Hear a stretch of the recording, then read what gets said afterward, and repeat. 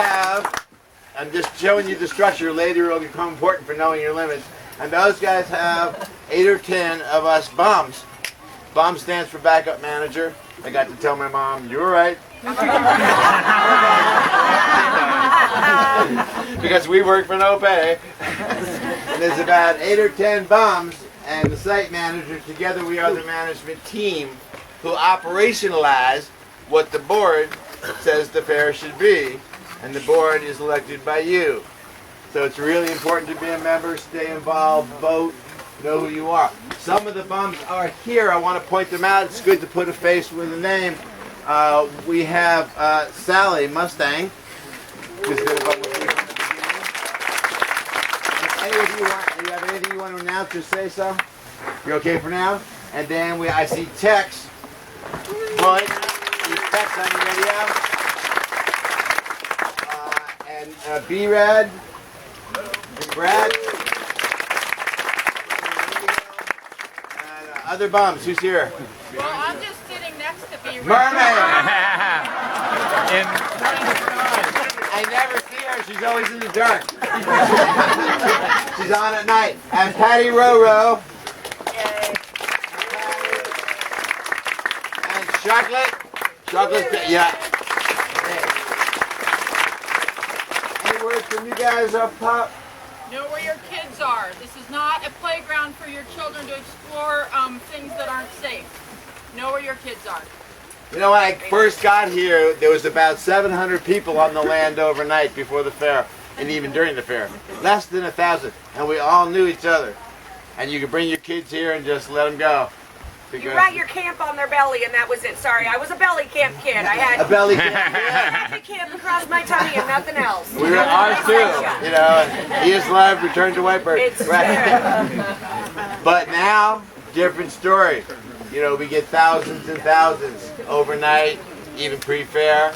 So they're all our kids. Watch yours, watch everybody's, make friends, help out with that. Any other BUMs here? Text we got. Well, you get to know them. And then there's coordinators for all the sections. You have a coordinator if you're on a crew. That's the person who is appointed by the board to operate that crew. And then they have supervisors, crew leaders, all of you. And one of the magics out here is we're able to say sometime in the early spring, did it, and everybody does their thing, and the whole thing collages chaos into art and becomes this, which is amazing. And the management team sits around, you know, middle of the fair, Friday, Saturday, and we meet in the yurt and go, are we running anything? It's just kind of got a life of its own. You know, we try to stay out of the way because it really self-manages a lot, and that's all up to us. I do this for the last 40 years because it's a showcase. Oh, I'm sorry, I should say first, we have some business announcements to make. Bill with External Security. Yeah, hi everybody. We brought a special sign-up sheet for external security, but that's not working. So basically there's 2 sign-up sheets going around. Just use them, everybody just get one of them, get your name on there so that we can have the training recorded. So there's a general sign-up sheet for this training, and then there's another black notebook coming around. Yeah, but everybody's using it just like the first one, so we'll just use them together. Alright, just everybody sign everything. Someone sign something. Wait a minute. Who just showed up and have limited time is Charlie Rupp and Tony. Could you step in for a second? So here's your general manager and operations manager.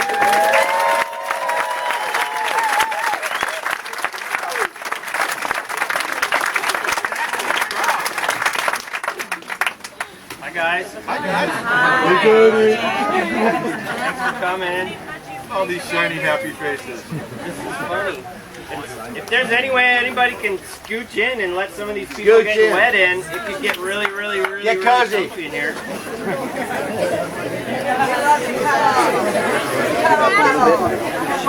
Nice. Save water, shower with a friend. Stack tall like pancakes. I was just going to say how important. Listen up, listen up. Alright, it's okay. how grateful I am that everybody makes time for this piece of work that we do together. What Zak is bringing to you today is one of the absolutely most important foundational pieces we do here. How we treat each other is what makes us different in the most beautiful of ways. And it starts here. And you know, you get grounded and you get that foundation, and that ripples out through our whole community. And when you lose sight of that, that ripples out too. So take this to heart. It's a wonderful, wonderful set of tools to love each other better with. And not just here, but year round. Yeah. I've found coming to this year after year is how much of this I instantly remember when, you know, the gal at the pet food store is, you know, trying to charge me the wrong price or anything. My food's late at the restaurant, and this is just critical, and it does affect us how we do stuff here first, and the rest of the year most importantly. So, thank you. Yeah, thank you.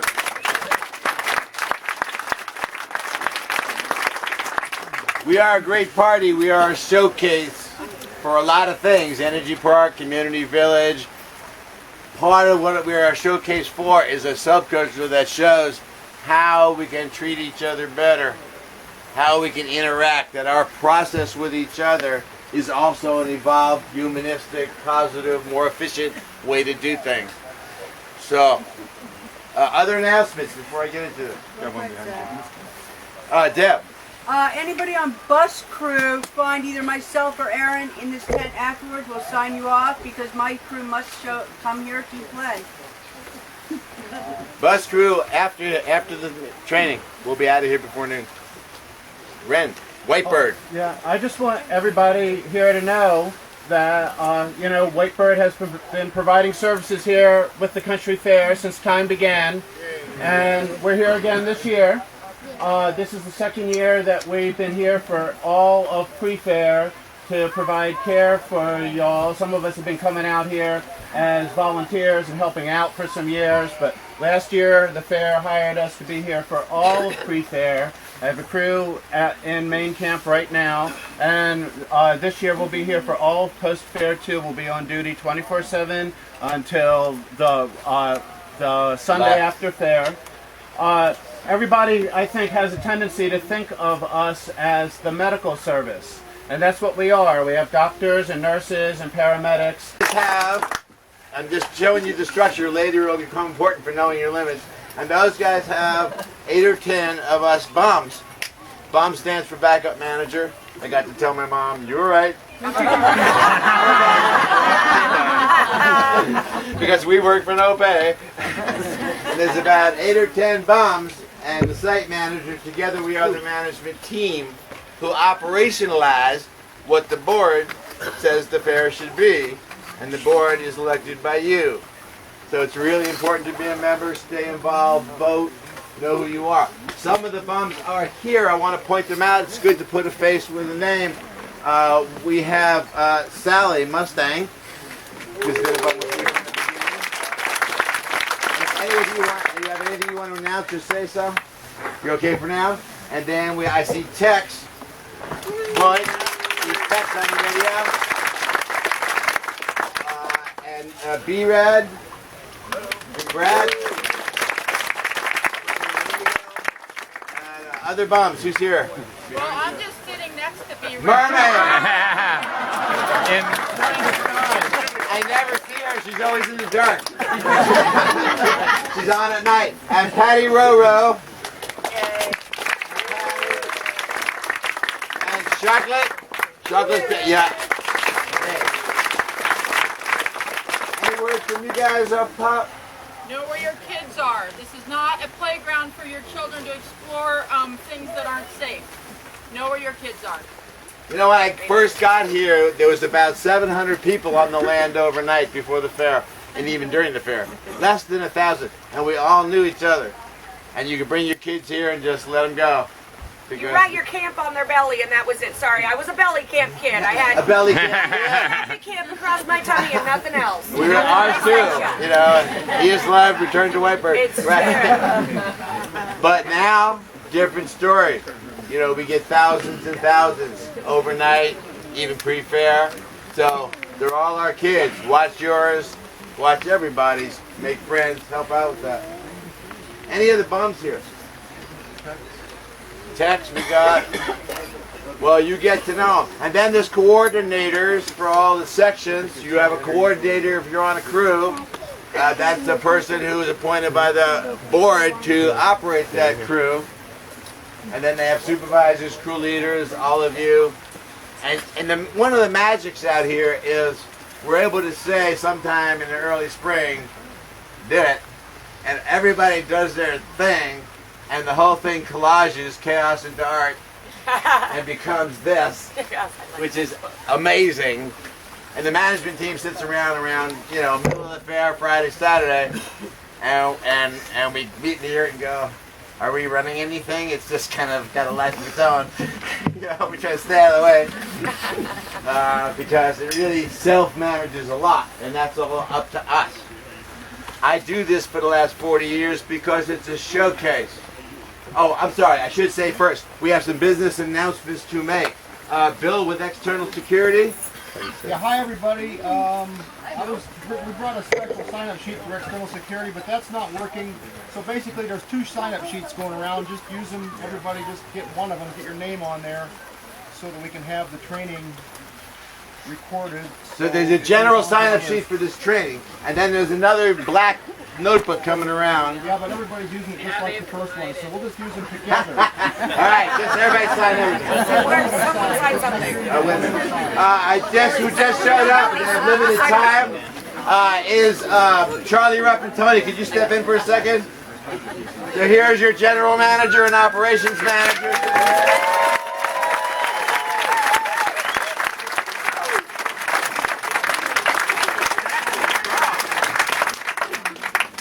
Hi guys. Hi guys. Thanks for coming. All these shiny, happy faces. This is funny. If there's any way anybody can scooch in and let some of these people get wet in, it could... And he said, well, I took your training a couple times and it was great. And I got to tell you, my job at this gate is easier because of it. A guy pulls his car in, he parks it where the bus is supposed to pull up.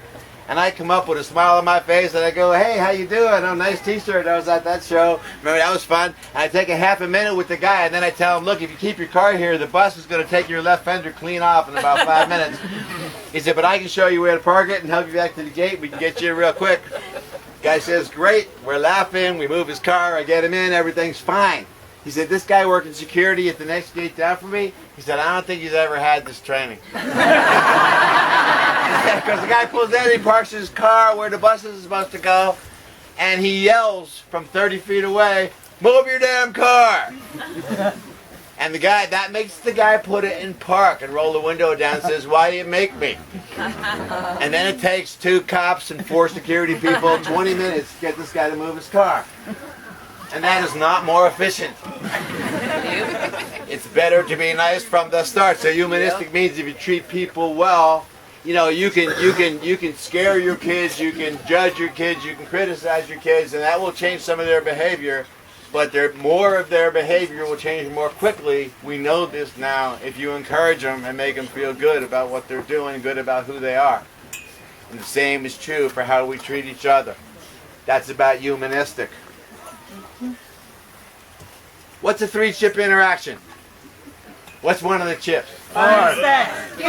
Fun, respect, And the job done. If Tim and I are putting the tin up, if we get the tin up efficiently to our mutual satisfaction, we've each won a business chip.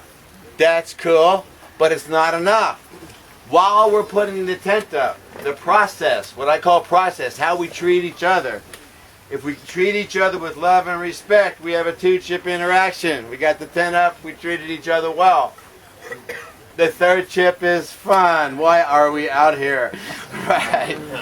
So we got to get the tent up, we got to treat each other well, and we want to have fun doing it. That's an overriding concept. That's not how. We're going to get to the nuts and bolts in a second, but that's what we want the goal to be. Have as many 3-chip interactions as possible. And I'll have people come up to me during the fair and say, I just had a 1-chipper, we got the tin up, and he hates me. And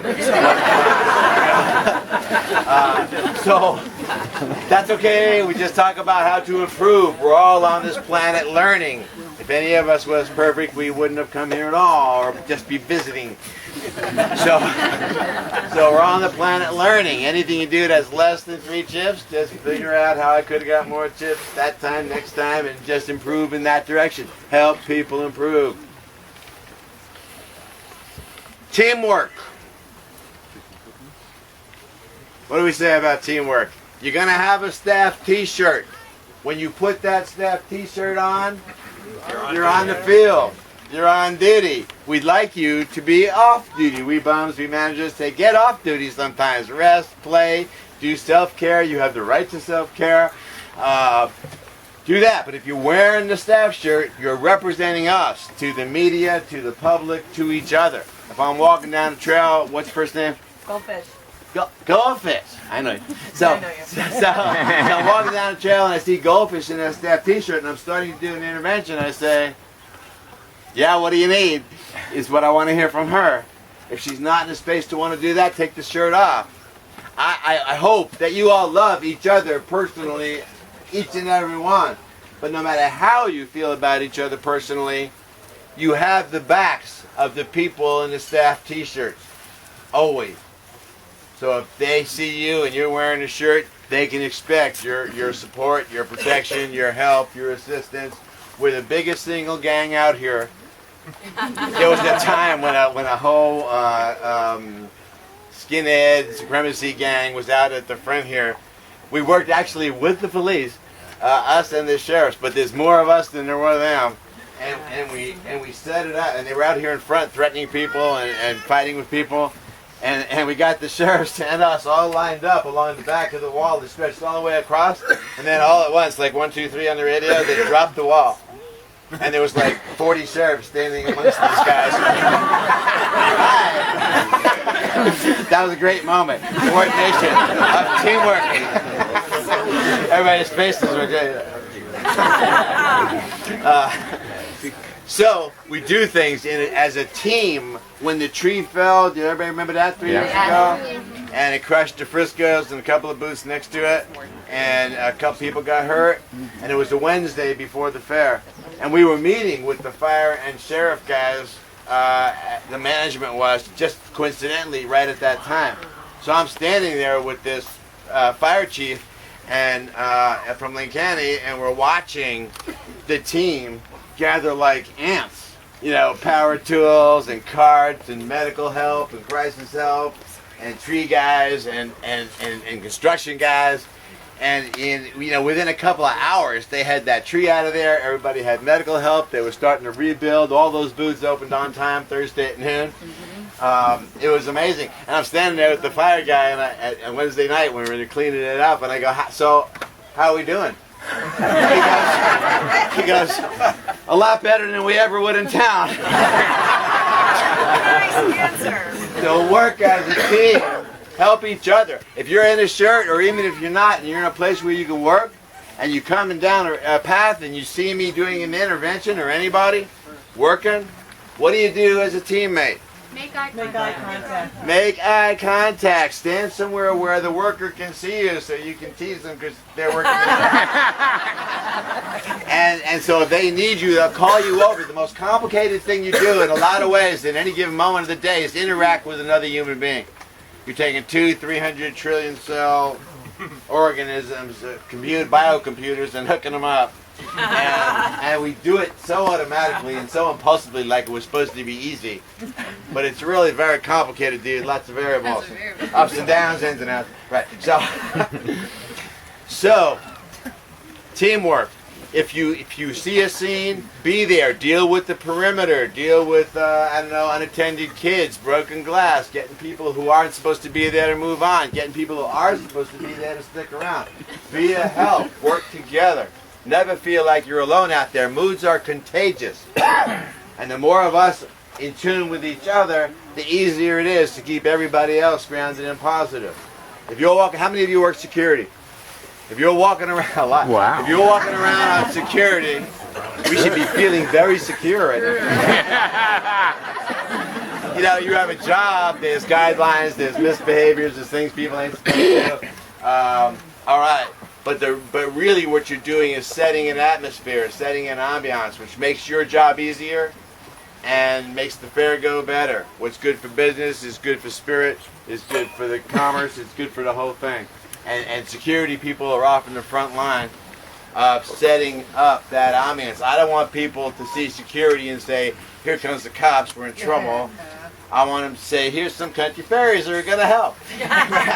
Make things better, have resources, make everybody feel good. Teamwork, work together. Take reality checks from each other. So if I'm doing what's your first name? Willow. So if I'm doing an intervention with Willow, and Sharklet comes up and says, I got this, Zach, go get a smoothie. And I go, I'm fine, let me just do this.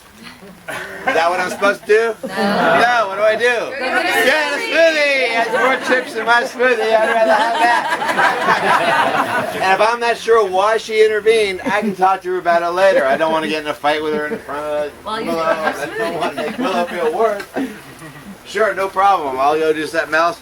And then we can talk later about how we could have got more chips done. So help each other that way. Brief and debrief. When you come on the shift, find out what's been going on and how you can make it better. When you debrief after you do something, or at the end of a shift, both, and say, okay, how could we get more chips going? You know, what do we got to pass on to the next staff? Help each other out. People sometimes get the shirt and they think, okay, now I'm allowed to be at the fair. Go play, and we want you to go play. But you also have a job to do. So work with each other to make that job go better. Okay, safety. There's a few things, and only a few, that can happen that are life-threatening. There are fires. We've had them. There are weapons. There are physical fights and violence. There are medical emergencies. At any given point, especially when you got the shirt on, but anytime, you should know what your protocol is about those things. Gee, if this tree caught fire, what would I do? And that has to be automatic. A couple years ago, a tree caught fire in the middle of Saturday afternoon. Remember that? Mm-hmm. 60 feet up in the air, flames were going up an oak tree with 50,000 people on the property.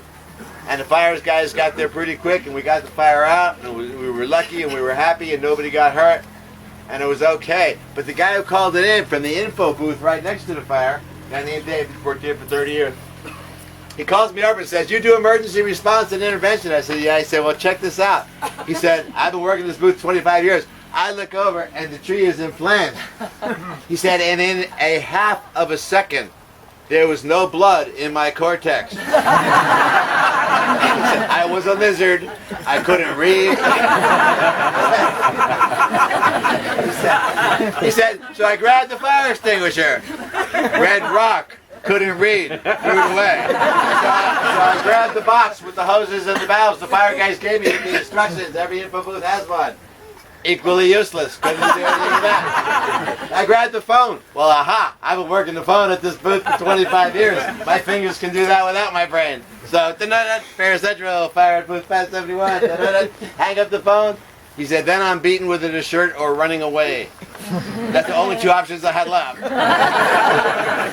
He says, so you got to understand, when you're doing these things, it's got to be automatic. My protocol for danger has to be set. Go over it. I then went to the medical tent, to Whitebird.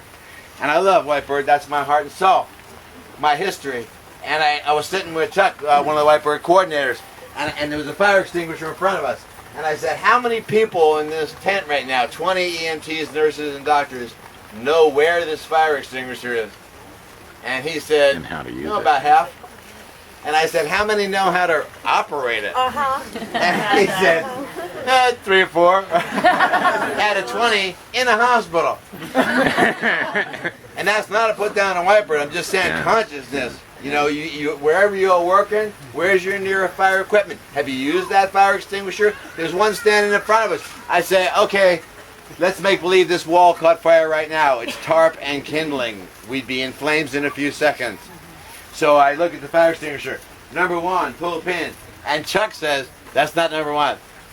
And I go, it says number 1, pull a pin. And Chuck says, no, number 1 is get it off the wall. There's a clip at the top and the bottom. And remember, you have no cortex. Right? So clip, clip, pull, and then number one. Right? And if you don't run through that several times, so safety is knowing that protocol. What would I do if these two people started a fist fight in front of me? What would I do if I saw a gun? What would I do if something was in flames? What would I do if somebody was bleeding or not breathing? Know where you'd go next and what you're supposed to do while you're waiting for help to arrive. How do you call for help? Who do you call? That's part of safety. And if the only question that's bad question is the one you didn't ask, right? So ask. If you're not sure, gee, if this tree caught fire, what was I supposed to do? Because half the people on your crew will need to know that information and also didn't have it. So it's good to ask those questions. So those protocols are preset in your head. Safety is also where you camp and who you take care of at your camp. If you're in your camp with all your stuff, which is, we prefer you brought your $100 guitar than your $20,000 guitar. We don't want you to worry about your shit, right? Well, up to you.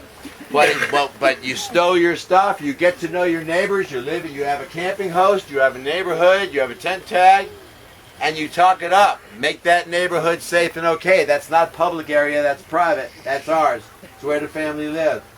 So if you see somebody back there that you don't know, what are you supposed to do? Hi. Hey. What you doing? And they say, oh, well, I'm here with Willow, but Willow's not around. Then what do you do?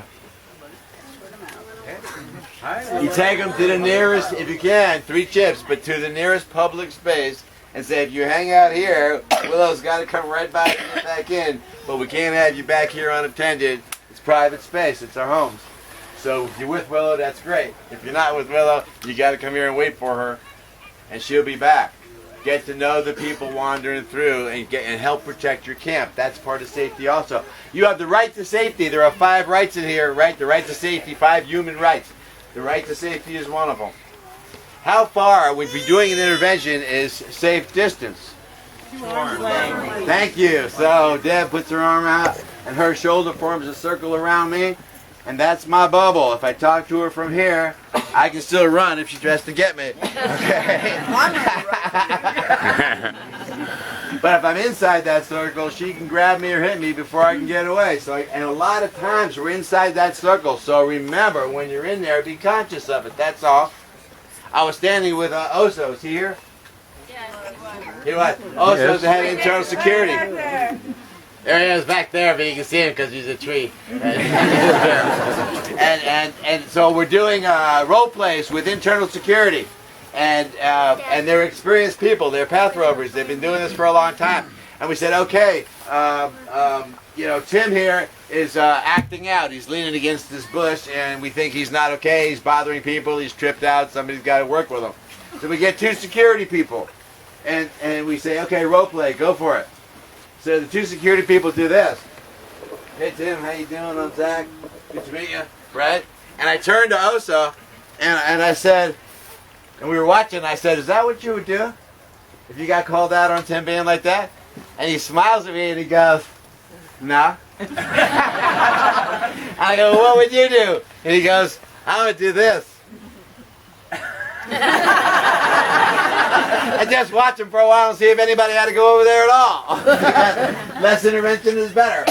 And then if I thought I had to go over there, he says, I'd go, hey, Tim. And see if he said anything back. Because if he said, hey, so, then I might walk over and start to talk to him. But if he didn't answer me at all, maybe I'd be thinking about backup. Maybe I'd be thinking about safe distance. Earth to